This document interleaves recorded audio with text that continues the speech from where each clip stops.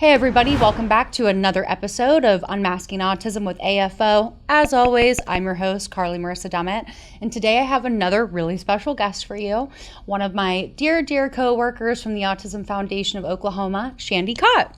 Hi, thank you so much for being here. Hi, thanks for having me. Yeah. Hi everybody, I'm Shandy Cott. I am a program officer with Autism Foundation of Oklahoma. So let's just kick it right off with your introduction. You're a program officer, but you oversee public health and safety. Yes. So how, because I know, but everyone listening doesn't. So can you tell us a little bit about how long you've been with AFO and your connection to autism, if you are comfortable with that? Yeah, absolutely.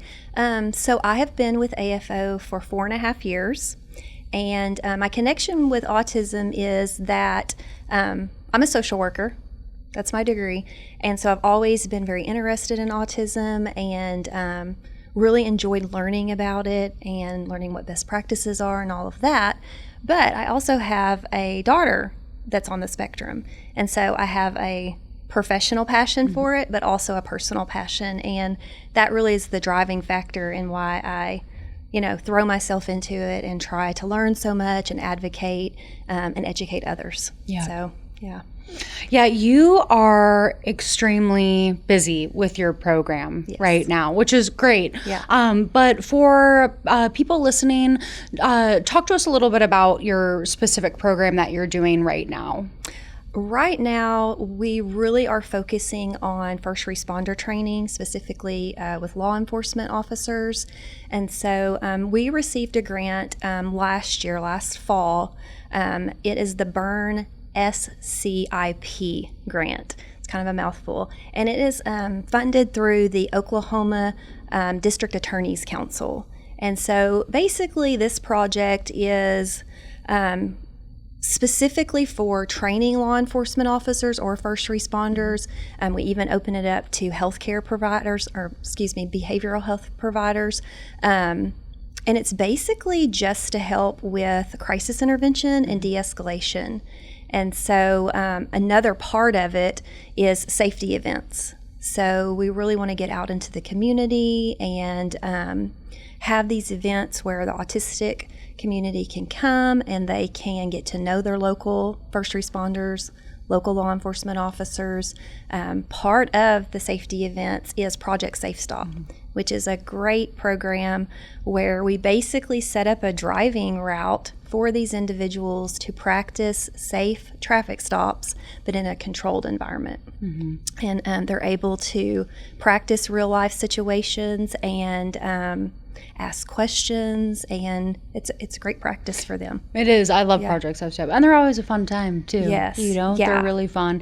And we also provide a lot of resources during these safety events as well. Yes. Something new that I know you're doing through the Burn Project this year are the seatbelt covers and also the gun safety locks, wandering prevention checklists as well. So why are resources like that important to give out to the community? Like not just for the autistic person, but for the first responder that may be interacting with them, for example.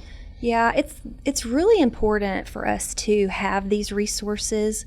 Like you said, it's a two-way street, but say in a traffic stop, the autistic driver, for example, or even a passenger is having a difficult time communicating, or maybe they are just uncomfortable or having high anxiety.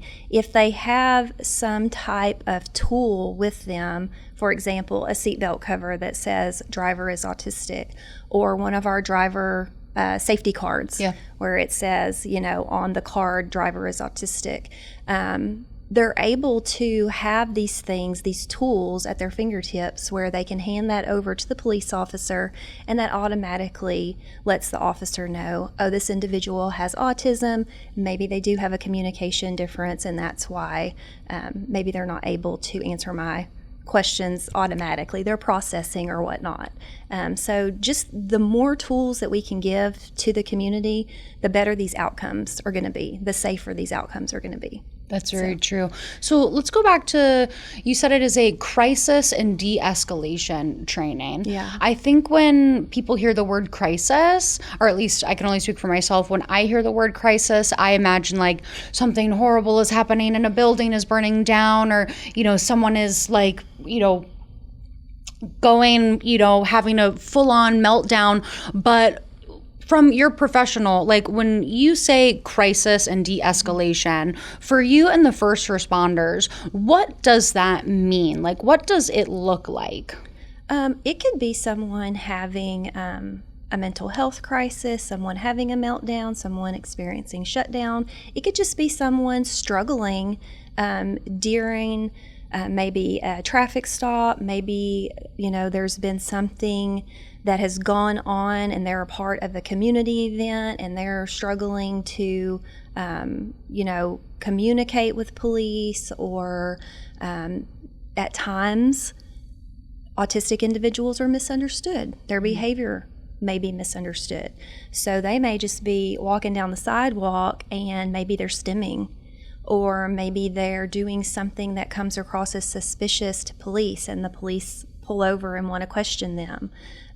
So it's just really all of these different scenarios. We want to train law enforcement and first responders to be able to recognize, what does autism look like? What are some of the common characteristics? What is stimming? What does that look like? In these trainings, we really talk about if a person is in crisis, and it doesn't have to be, like you said, a building burning down or anything, or they're just stopped in a traffic stop, or, like I said, walking down the sidewalk and a police officer pulls them over. We want the police, even if it's a first responder in an emergency situation, to just understand what autism is, what it looks like, and how best to respond to it, and know that everybody with autism may display that differently. So in these trainings, it doesn't necessarily have to be complete crisis, but if it is crisis, if the person is in a meltdown or, having a mental health crisis, the police recognize these characteristics and can hopefully, respond appropriately. If they know about autism, they can understand how to de-escalate the situation rather than it, escalating and becoming a horrible, tragic situation. Or, and maybe the situation causes trauma to this person. Whereas if the police officer had been trained and really understood autism, the outcome could be totally different. So it's just really in a wide variety of scenarios and situations. It doesn't always have to be just those horrible crises, but...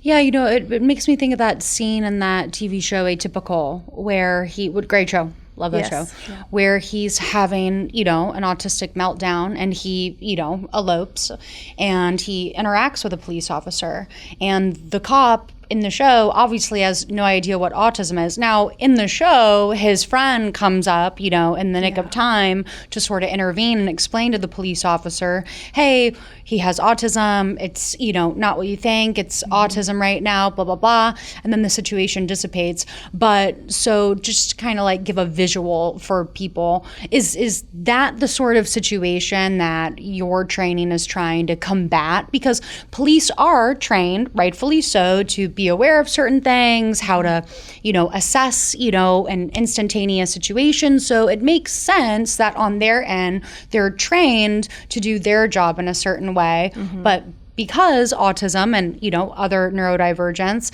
can present in ways when we get overwhelmed, would that be a good example of what your training is trying to combat? Yes. Great. Exactly. Because if police officers understand just common characteristics of autism, like maybe lack of eye contact, or maybe the individual is experiencing some sensory sensitivities, or they are stimming, or they are having some high anxiety due to the situation. If officers understand that and can pinpoint that coming up to the situation, just like I said before, it can turn the scenario into a totally different situation, a more positive outcome rather than negative. Yeah. So we want to combat unnecessary force and unnecessary arrest. So, if an officer encounters an autistic individual and they're not aware of maybe what, I don't know, stimming is, or they ask the individual what their name is and the person, replies, "What is your name?" They may not understand that is a common, at times, characteristic of autism. And everyone on the spectrum is different, we know that. Yeah. But if they have like a good overview of what autism is and what are some of the more common characteristics and scenarios that they may be in with an autistic person, our hope is that the use of force will not come to that. And rather than escalate the situation, they'll have the tools and the knowledge to de-escalate it. We know that autistic people are more likely to be a victim of a crime than to commit a crime, but they're 7 times more likely to intersect with the criminal justice system. So what does that tell you?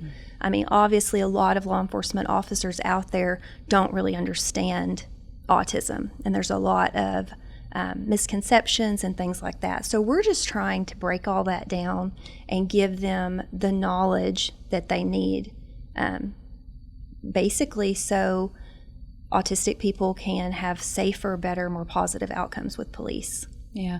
What are some questions you get from police officers in your trainings? I mean, like, would you say that, a majority of them, after they've taken a training, now know something they did not know at all about, or maybe they had a stereotypical understanding of it, or, I mean, just can you kind of share any insights like that? Yeah, there's a lot of misconceptions. A lot of people, police officers and other professionals that you would think have a lot of knowledge about autism, think things like all autistic people are the same, or if you have autism, you have an intellectual disability, or just things like that. So a lot of police officers come up to me after the training about their own personal life. You would be shocked how many people are like, I think my child may be on the spectrum, or I think I may have a family member on the spectrum. And so more than talk about people in the community that they interact with, it's surprising how many people go the personal route and want to know information because they think they have someone in their family or a friend that may be on the spectrum after hearing our presentation. Okay, interesting. So, yeah. And I mean, and then a lot of them are like, okay, now I understand, I just did an arrest 2 weeks ago, and I wish I could have handled that differently. And now, thanks to this training, I'm better equipped for it. I understand more now. Yeah, let's talk about that a little bit. Unfortunately, there have been instances, we see it when it happens, of a interaction between a police officer and an autistic person gone wrong. And sometimes there are people out there that think that just by working with the police, we are somehow enabling or supporting that behavior.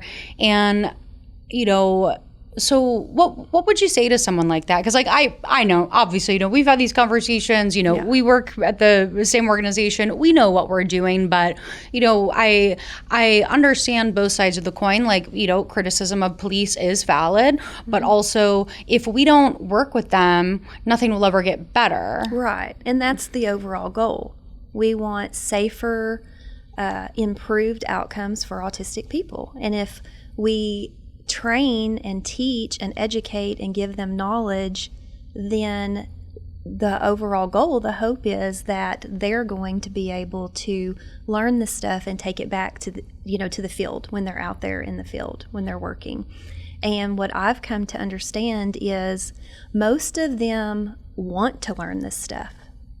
And once they learn it, they start thinking how they can put it to work in the field. Like, they want to do better. They want to understand this. It's just that maybe they don't. No one's ever taught them about autism, or maybe they've had some training, but they, have forgotten it and they needed a refresh, or it's been taught in a different way. And so teaching it in different ways is like, sometimes you see the light bulb come on and it's like, okay, this makes sense to me now. I understand this better. And we talk about, like I brought up earlier, stemming. What does a sensory overload look like? What does an autistic meltdown look like? What does a shutdown look like? All of these different scenarios, we talk about it. And I try to explain it in different ways to them and give them like real life scenarios. We watch a lot of videos. Okay. And so I think all of that is just really good for police officers. And I think that I truly feel like through the questions and the answers, we always have that session, the Q&A session, and just through the conversations that I've had with them after training and even during trainings, that they want this. They're very interested in it, and, they want to do the right thing. And we do see, like we have seen where, your training has benefited, a police officer and an autistic person, especially because of the sensory kits, which I want you to talk about a little bit. But we saw a success story in Tulsa on the news recently where a police officer came upon an eloped autistic person, and they had one of our kits in the squad car, and because of the training, knew exactly what to do, pull it out, how to use it, and the situation ended up fine. And the autistic person was, reunited with their family members, and I thought that was super cool because the cop, had it not been for having the training and then having the sensory kit and knowing how to use it, they would have encountered a situation they weren't equipped to handle. Right. So can we talk a little bit about the sensory kits, because that is a component of the training, right? Yes. Yeah, we do go over the sensory kits, and every police officer that attends the training gets a kit. So they walk away with a kit, and they, with the training, hopefully understand how to use it and when it's appropriate to use. But in the sensory kits, we have noise-canceling headphones, sunglasses, our communication cards. We have generally a weighted lap pad or blanket.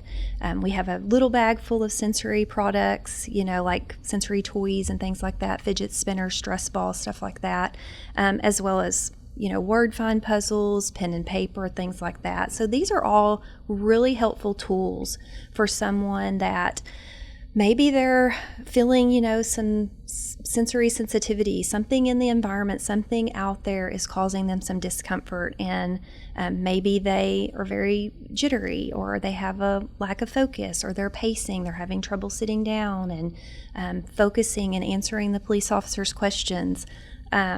And the sensory kits are just great tools. You can whip some of that stuff out, hand it over to the individual, try different things to see what helps calm them and ease some of the anxiety. Because, when a police officer is on the scene, or if you're in an emergency situation, anxiety's high. Yeah. It's generally going to be a stressful situation. So if someone is experiencing some sensory sensitivity, or they feel that overload coming on, having these tools available is just incredibly helpful. So like you said, every police officer that, does the training gets a sensory kit. So at this point, it's hundreds of Oklahoma law enforcement that are carrying, if not, in their patrol car at all times, like at some point in time, they have a sensory kit on them, right? Because you're training hundreds of police officers, right? Yeah. Trained 35 in the last 2 days. Wow. So, yeah, that's crazy. I mean, I think it's a testament to like why this program is needed. And like you said, just how receptive police officers and first responders are to expanding their education. Now, I want to talk a little bit about the wandering checklist, because that's a new resource for us. But for those who may not know, because I know I've said it a couple of times now, autistic people sometimes can be prone to eloping. Yes. So for someone that doesn't know, can you explain eloping to them so that they understand? Yeah, that's basically when someone with autism, and you hear it with people with dementia and things as well, but they basically leave, whether it's their home, school, maybe they're at a community event, it's a small child, mom turns her back for a moment and they're gone. And so this is basically where someone with autism will wander away. The issue, the scary part of this is they're not always aware of environmental dangers. So the number one cause of death of autistic children that wander is drowning. Yep. And number two is traffic accidents, meaning they wander into traffic and they get hit by a car. So it's very scary. It needs to be taken seriously. If a parent or a caregiver or a friend knows of a child that's wandering, some type of prevention strategies need to be put in place. Cameras, door locks, window locks, chimes, maybe some kind of GPS tracker like Angel Sense, for example. These things need to be put in place so we can keep, the child safe. I always tell law enforcement officers, if you're called to a scene and an autistic child has eloped or wandered away from home or is lost, always check all the bodies of water closest to wherever they have eloped from. Pools, ponds, lakes, rivers, all of those things need to be checked because autistic children gravitate towards water. Why do you think that is? There's a lot of theories on that. We don't know exactly why. I've heard that they like the feel of water, the sound of water, the way that the sun glistens off of water. I agree with all of those as an autistic person, but I always kind of attributed it to, I'm a Cancer, so I guess that's why I love water. But I mean, statistically, you're absolutely correct. Like it is, and I guess I haven't done enough of a deep dive into understanding why water. Yeah, but they're very drawn to it. And like I said, studies show it's the number one cause of death once they wander away if they're not found. So we just really preach that and teach it. And the law enforcement officers that I have had conversations with about this have come in contact with this frequently. So, very, very important that they understand that, very important that families understand that, and that precautions are put in place. Yeah. So. Now I'd like to talk a little bit about our other new resource that has come out of this program, the gun locks that we offer. How did that come about, and why are we now providing that as a resource for families? That came about because suicide is the second leading cause of death among autistic people, and a part of this grant is teaching gun safety as well, so kind of twofold there. And it's just important for people to understand firearm safety and put things in place in the home to keep their firearms safe, whether that's a lock on the actual gun or a safe or something. And so this was just a great opportunity for us to get that resource out. And as you know, because you helped create it, we also have a firearm safety checklist that goes along with it, and it's very detailed. And so we're just hoping that it'll just be another resource to keep autistic people safe in the home, not have free access, children obviously not to have free access to firearms and things like that in the home. Yeah. And so now I'm going to pivot it back to the safety events and the Project Safe Stop. It's great for the autistic person, but again, I think it's a twofold thing where it's also a really great event for the police officers and the first responders. Yeah. I mean, they're getting real, like you said, it's a controlled environment. Like, it not only helps the autistic person be prepared, like, oh, okay, if I ever get pulled over, this is probably what's going to happen. But it also, again, right? Like, I mean, I don't know, you're the expert in this field, but it helps the police officer too, right? Yeah, and they really enjoy it. Yeah. Because, obviously if they're there, they've a lot of times volunteered their time if they're not on shift. But they really get into it, enjoy it as well. And it gives them an opportunity to get to know the autistic community. So, a lot of the police officers that go to Project Safe Stop or the safety events, they walk around, they mingle, they introduce themselves, they network. And I think it's absolutely fabulous when autistic people can personally get to know police officers in their community. And it educates both sides. Yeah. Like you said. So I think it's just an overall great event, not only for the autistic individuals to practice safe traffic stops, get resources. A lot of times we have touch a truck type of events where they can, look at the fire trucks, look at the ambulances, ask questions, all of that. And when they're doing that, those first responders are getting to know them and their families. Yeah. So a two-way street for sure there. So say, like, what is something that someone can do right now just by, like, of their own volition without taking one of your trainings to help the autistic person in their life or the autistic person in their community?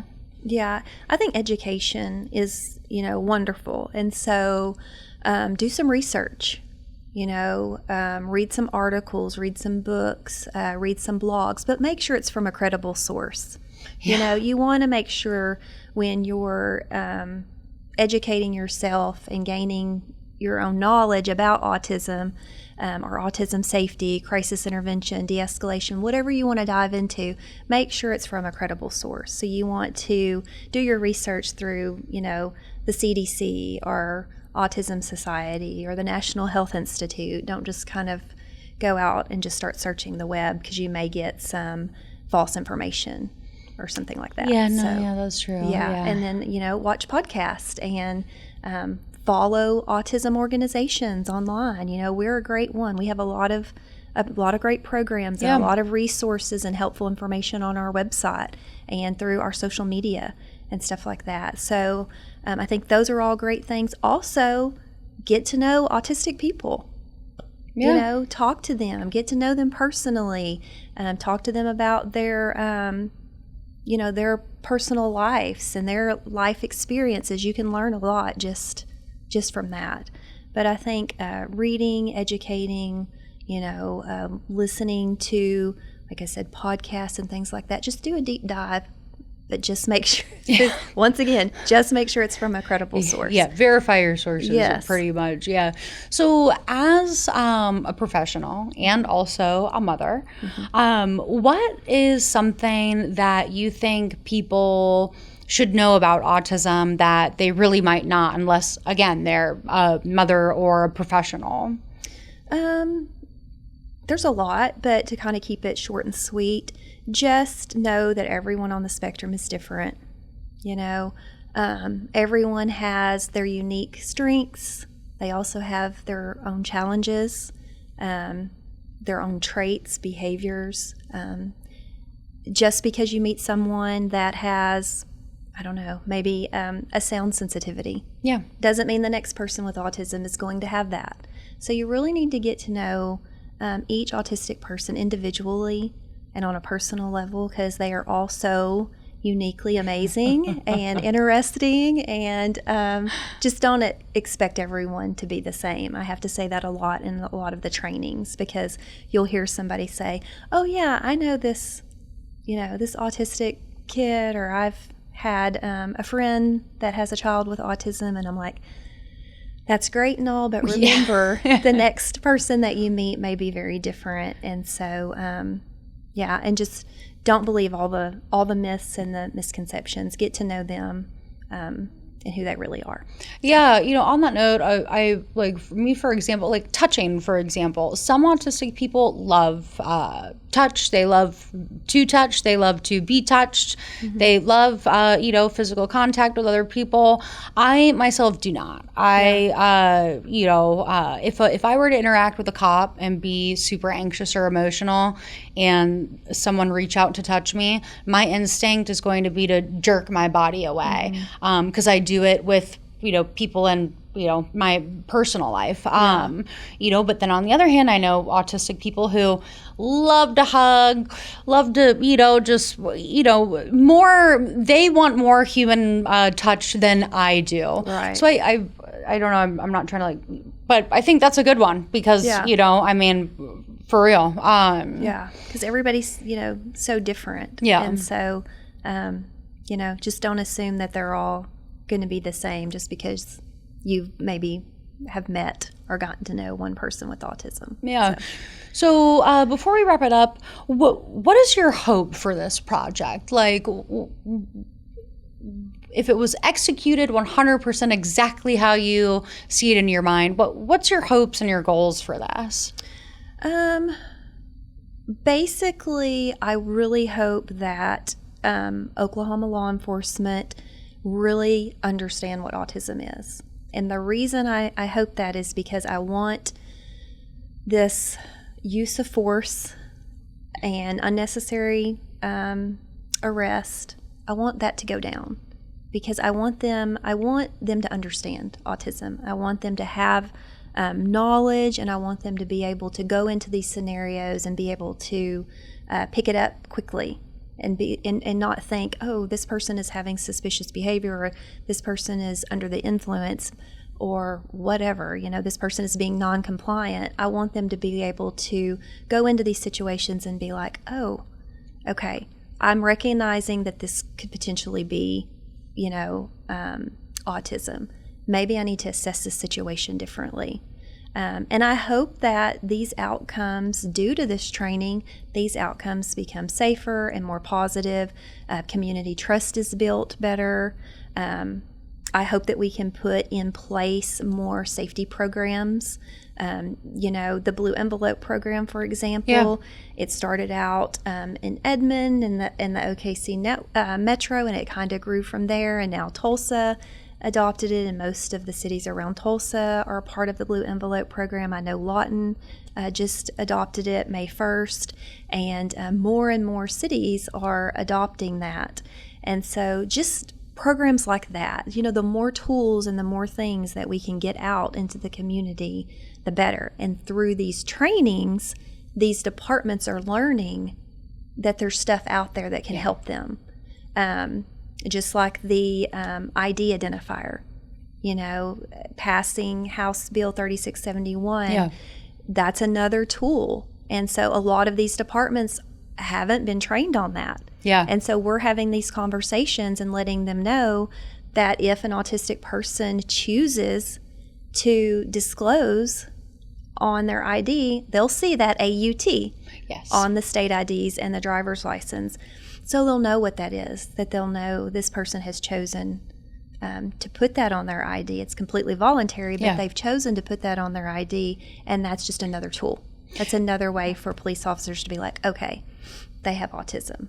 Yeah, and that's something I don't think too many Oklahomans might not know. But if you do have autism, you can now go to your tag agency and, fill out the paperwork to get that. Like you said, it's AUT, short for autism, right there on the license, totally voluntary, just like if you're an organ donor, and you want to donate your organs and let people know, that's going to be on there. That's all that is. And a lot of the times, it also,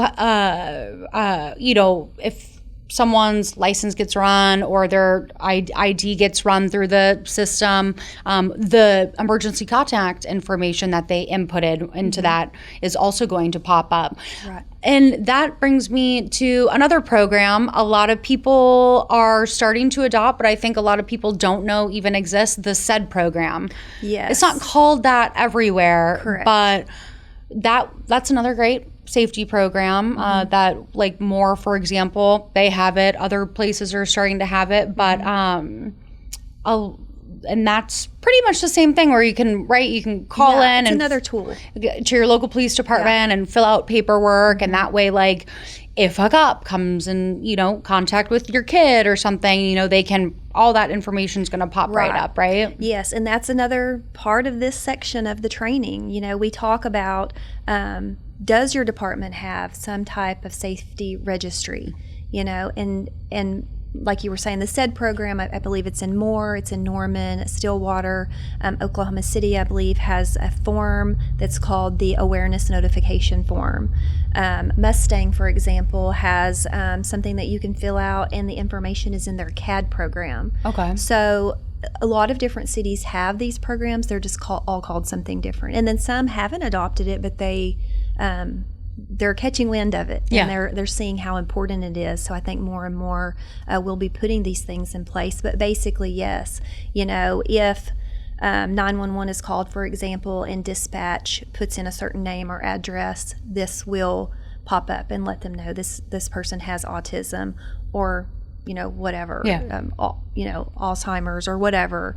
And so it's kind of a flag that you can choose to give them as much information as you want, talking about your diagnosis, maybe, some of your behaviors, some triggers, maybe even some things that could help, and some people that they could contact that help. So really, really great program.